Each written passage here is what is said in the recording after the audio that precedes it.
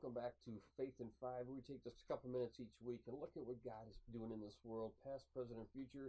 So you might be encouraged and inspired. Today we're going to look at China. What is going on in this just country cut off from the rest of the world? Well, Purdue University professor Feng Yang refers to the underground church in China as the gray or black religious marketplace. We have all this stuff going on behind the scenes where people can't see it. These churches are growing and expanding, and the government doesn't know. They know that they're there, but they don't know how to control them, and so they're figuring out ways to try and do that. They realize that persecution and cutting them off is not working. So now, rather than disallow it, they're just trying to control its growth. A 2011 Pew survey says that they estimate there's 65 million Christians in China. 65 million believers in Jesus Christ in China. And they believe within 10 to 15 years, China will be so many Christians, they will be the most populated Christian people group on the planet. That's incredible. Now, a pastor from one of the state-sanctioned churches has this to say. Understand that these state-sanctioned churches are churches where the government says you can have church, we will build you a church, but then we can somehow control you. Notice what he says. He just makes a comment that we have to remember, first of all, we are citizens of this great country, and secondly, we are citizens of the kingdom of God. But notice what he says at the end. But our residence, our affection, our priority with the kingdom of God must take second. Now, obviously, that is something we can't do as Christians. We can never say God is below something else.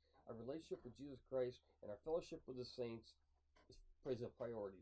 And our kingdom of God experience with him is second to nothing. We put nothing in front of our walk with Jesus Christ. Now, Chinese leaders fear Christianity. Here's a secular view. Time magazine writes that the government is suspicious of all those things that they can control, because what they're worried is that the Chinese Christians are going to become such a population that they outnumber the Chinese communists, and then that will throw the country into turmoil. To control their country, they're trying to control the people in that country. Now, Chinese leaders fear Christianity. Here's a biblical view. You know why they fear Christianity? Well, our struggle is not against flesh and blood, but against spiritual forces in evil places. The evil one is alive and well. So he is trying to work through the human agents in the governmental realm to try and disrupt God's working in God's church. But we know that that's not possible. But you know what else the evil one's doing? He's using the government. He's using communism, but he's also using new Christianized cults. That is, cults that kind of connect themselves to Christianity. We have Jehovah's Witnesses. We have Mormons who like to look like Christians, but they draw people away. The same thing's going on in China with these Eastern religions, Eastern Lightning, New Testament Church. That sounds spiritual, doesn't it? And then the Shouters, and there's probably more, but these are some that have risen up, and they're actually gaining popularity among people and fear among people. 1 million members in 1949, up to 65 billion today, and perhaps just an exorbitant amount within the next 10 to 15 years to where this country becomes the most populated Christian nation in the world. Ephesian leaders fear Christianity. Well, how does Ephesus fit into this? Remember when Paul was ministering in Acts 19, Demetrius the silversmith comes in, and he gets this whole Ephesian crowd worked up, and he says, they're going to take our livelihood, which is what his bottom line was. He says, and they're going to, we won't worship Artemis anymore. The shrine to Artemis, or Diana in some versions, they won't worship her, and our goddess will lose her great name. You know what he's concerned about? His pocketbook. Just like all people are concerned about their pocketbook. How can they control people so they get the most amount of money? So Demetrius, just like China, and just like those countries where Christianity tends to grow in popularity, they try to squash it down. But it's really not flesh and blood that's doing it. It's the evil one. But he knows how to arouse interest. He knows how to arouse people to come against the Church of Jesus Christ.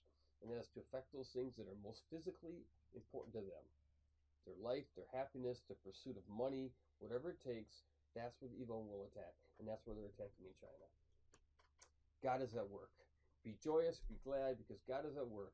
I will build my church, Jesus said, and the gates of hell will not overcome it. God is alive and at work. And he's alive in your life. He's alive in my life. We're not seeing the Christian growth in the West, especially in America, like they're seeing in the East. But you know what?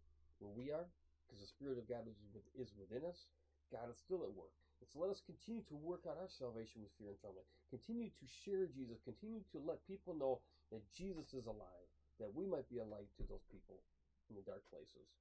If this has been encouraging to you, please just give me a thumbs up, put a comment, give a like on there, and ask questions so we can kind of dialogue back and forth in the online network. Because I'd like to know what you're thinking, or we might grow together and together grow closer and closer to Christ. God bless you, and thanks for joining us.